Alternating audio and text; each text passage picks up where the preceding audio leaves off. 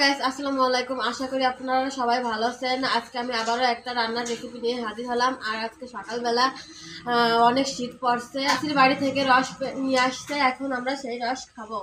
আমরা রসগুলো একটা জগে ছেঁকে নিব।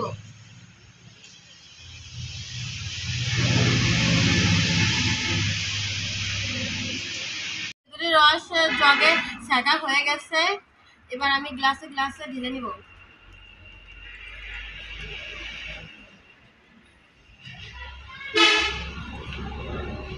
এই দেখুন, আমি গ্লাসে রস ঢেলে নিছি। আর একে তো শীতের সকাল, এরপর আবার আমি ঠান্ডা খেজুরের রস খাবো।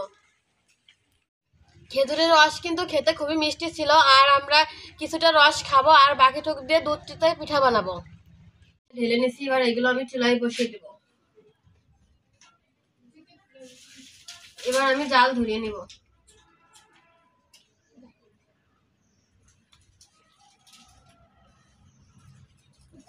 এবার আমি রসটুক ভালো করে 5-6 বার বলক দিয়ে নিব।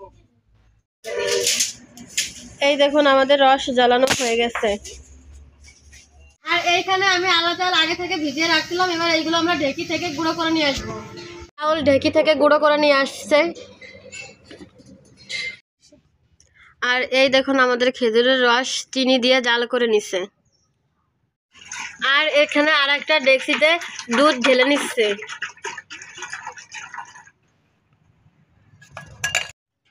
এখন আমরা এই দুধটাকেও জাল করে নিব।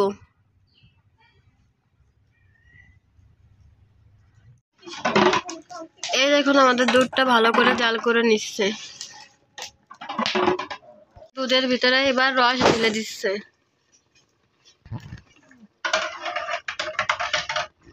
এই দেখুন, আমাদের রস আর দুধের কালার কতটা সুন্দর আসছে। এবার এইটা একটু অল্প একটু জাল করে নেবে। এবার এই দুধ আর রসের ভিতরে থেতো করে রাখা এলাচগুলো দিয়ে দিচ্ছে। এগুলো আমাদের দুধ জাল হয়ে গেছে। এবার এই দুধগুলো আর একটা পাতিলে ঢেলে নিচ্ছে। ছাঁচ বসিয়ে দিছে। আমার আম্মু কুসুম গরম পানি দিয়ে চিতই পিঠা বানানোর গোলাটা বানিয়ে নিচ্ছে। এর ভিতরে পরিমাণ মতো লবণ দিয়ে দিচ্ছে। তৈরি হয়ে গেছে আমাদের চিতই পিঠা বানানোর গোলা। আর এখন আমার আম্মু একে একে সব ছাঁচের ভিতরে দিয়ে দিচ্ছে।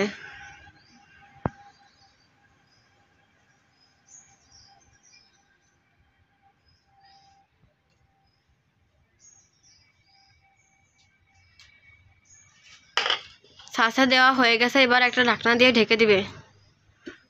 আর যতক্ষণ না পিঠা হচ্ছে ততক্ষণ জাল করে নিবে। এই দেখুন, আমাদের পিঠা বানানো হয়ে যাচ্ছে।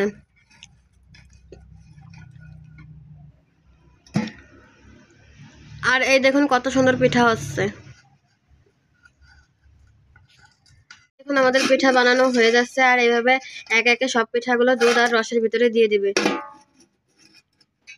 হয়ে গেছে আমাদের মজাদার দুধ চিতই পিঠা। আর খেজুরের রস দেওয়ার জন্য দেখুন পিঠার কালার কত সুন্দর আসছে। আর পিঠাগুলো কিন্তু খুব সুন্দর ভিজছে। আর ভিডিওটি ভালো লাগলে আপনারা একবার হলে বাসায় ট্রাই করবেন। আর like, comment, share and subscribe করবেন। ভালো থাকবেন। আল্লাহ হাফেজ।